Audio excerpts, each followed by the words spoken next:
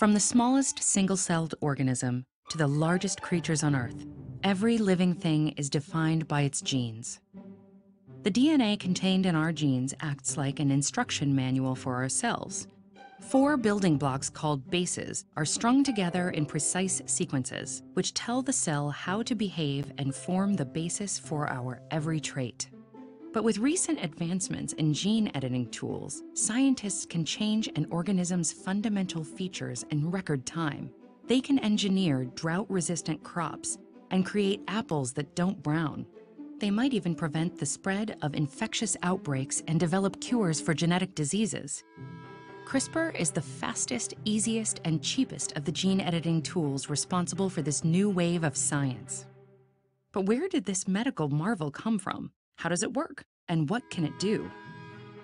Surprisingly, CRISPR is actually a natural process that's long functioned as a bacterial immune system.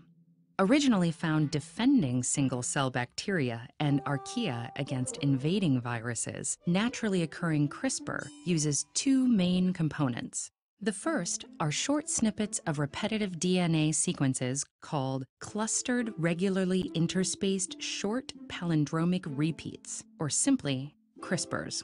The second are Cas, or CRISPR-associated proteins, which chop up DNA like molecular scissors. When a virus invades a bacterium, Cas proteins cut out a segment of the viral DNA to stitch into the bacterium's CRISPR region, capturing a chemical snapshot of the infection. Those viral codes are then copied into short pieces of RNA.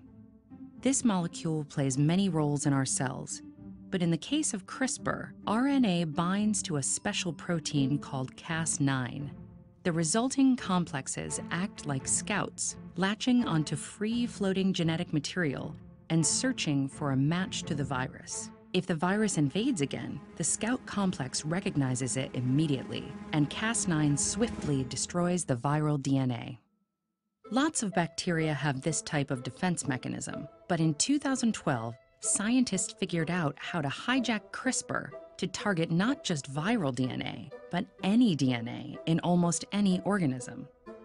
With the right tools, this viral immune system becomes a precise gene editing tool, which can alter DNA and change specific genes almost as easily as fixing a typo. Here's how it works in the lab.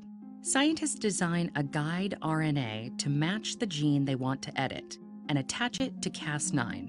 Like the viral RNA in the CRISPR immune system, the guide RNA directs Cas9 to the target gene, and the protein's molecular scissors snip the DNA. This is the key to CRISPR's power.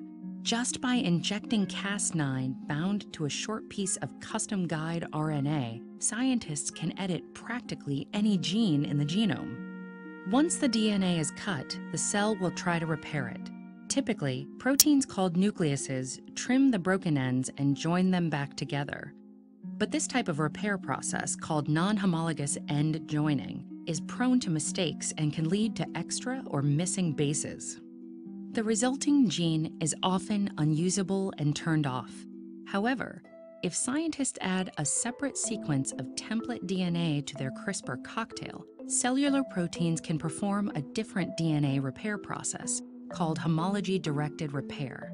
This template DNA is used as a blueprint to guide the rebuilding process, repairing a defective gene, or even inserting a completely new one.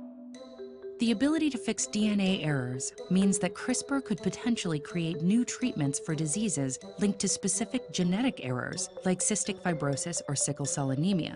And since it's not limited to humans, the applications are almost endless. CRISPR could create plants that yield larger fruit, mosquitoes that can't transmit malaria, or even reprogram drug-resistant cancer cells. It's also a powerful tool for studying the genome, allowing scientists to watch what happens when genes are turned off or changed within an organism. CRISPR isn't perfect yet. It doesn't always make just the intended changes. And since it's difficult to predict the long-term implications of a CRISPR edit, this technology raises big ethical questions.